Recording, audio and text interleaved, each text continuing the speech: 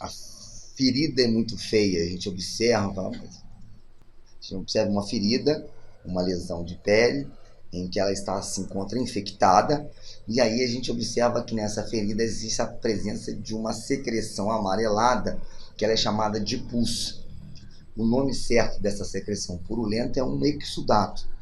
Quando nós observamos essa secreção purulenta ou esse exudato, observamos a ação direta das nossas células imunológicas para combater agentes agressores, por exemplo, presentes nesses tipos de feridas. A gente dá um exemplo de lesão em que nosso sistema imunológico ele age. Só que a gente vai perceber que algumas das vezes esse próprio sistema imunológico ele pode agir contra o próprio corpo. E aí, quando isso acontece, ou seja, quando o nosso sistema imunológico ele age contra o nosso corpo, ele produz uma doença chamada doença autoimune. A doença autoimune é contra o nosso próprio sistema imunológico, por alguns mecanismos complexos, bem claro, ele reconhece que algumas células do nosso corpo são estranhas e atacam essas células.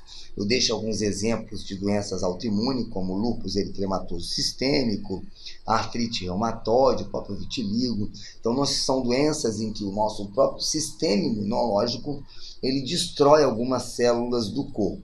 E eu volto a falar, são mecanismos complexos que não vem ao caso aqui a gente entrar em detalhes. Mas quando o indivíduo, o aluno, ele ouve doença autoimune, lembra que é uma doença que está relacionada aos nossos leucócitos.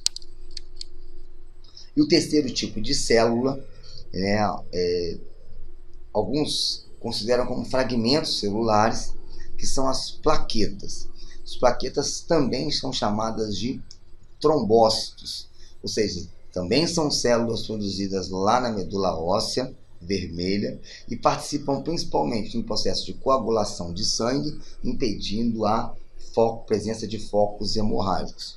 São células importantíssimas, principalmente para se evitar a presença de hemorragias. Quando a gente for estudar vasos sanguíneos, nós vamos observar que a maioria dos nossos vasos são fechados. E quando esses vasos se rompem por alguma causa, as plaquetas estão lá. Elas estão lá para fechar esses vasos e impedir que essa hemorragia se torne constante. E ela está sempre renovando a parede desses vasos para que os nossos vasos sanguíneos continuem fortes e resistentes à própria pressão sanguínea. Então, um indivíduo de referência adulto, em média, em vida ele tem de 150 mil plaquetas a 400 mil plaquetas.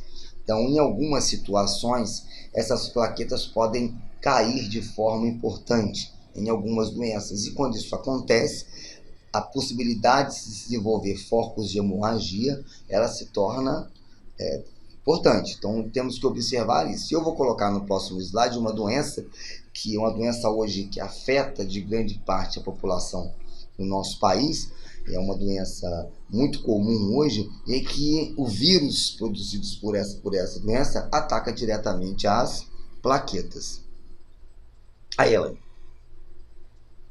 danado do mosquito da dengue, vamos observar ele aí. Então, o mosquito da dengue, ele, quando ele pica o indivíduo, né, e ele produz a infestação do vírus, né, pelo corpo da dengue. Uma das características do vírus da dengue é a destruição das plaquetas. E com isso ele produz uma alteração chamada de trombocitopenia, que é a diminuição importante do volume de plaquetas. Alguns pacientes têm até que tomar, têm que fazer a transfusão sanguínea de plaquetas, de tão quantitativo que cai. Quando ela cai demais, o indivíduo ele pode evoluir para uma forma grave da dengue, que é chamada de dengue hemorrágica. Dengue hemorrágica é uma forma grave que pode levar à morte. Então, o indivíduo ele tem que a descoberta tem que ser rápida e tem que ser tratado também de forma rápida, porque se não for tratado ele pode evoluir para óbito, né? Um dos exames simples que são utilizados para avaliar é chamada de prova do laço. Aí essa é a prova do laço. A prova do laço ela mostra como que o tecido ele pode desenvolver pequenos focos de hemorragia em formas pontiformes em determinadas regiões devido à queda das plaquetas. Então essa é uma prova semiotécnica importante, é uma prova que permite avaliar a evolução desse quadro de dengue comum para um quadro de dengue hemorrágica, que mostra diretamente a relação das plaquetas com o aparecimento desses pequenos focos de hemorragia. E aí, ó, nós temos, conforme eu falei, o plasma, que é a outra parte do sangue que já não mais compreende a questão dos elementos figurados. Aqui nós estamos na parte líquida do sangue, a parte mais clara do sangue, por isso nós denominamos o plasma, ou seja, a parte líquida do sangue, de coloração amarelo palha, né? Ela tem essa coloração importante. Alguns, principalmente alguns indivíduos que apresentam muita gordura no sangue, essa coloração amarelo palha fica turva, bem turva, indicando uma grande quantidade de gorduras na corrente sanguínea. Então ela é composta também por água, proteínas e sais minerais. Então é através do plasma que circulam as substâncias nutritivas relacionadas à vida das células. É nesta parte do sangue que nós temos uma grande quantidade de substâncias. E vamos falar de cada uma delas no próximo slide. Bom, a primeira estrutura que nós observamos em grande quantidade dentro do plasma são as chamadas de proteínas plasmáticas, né?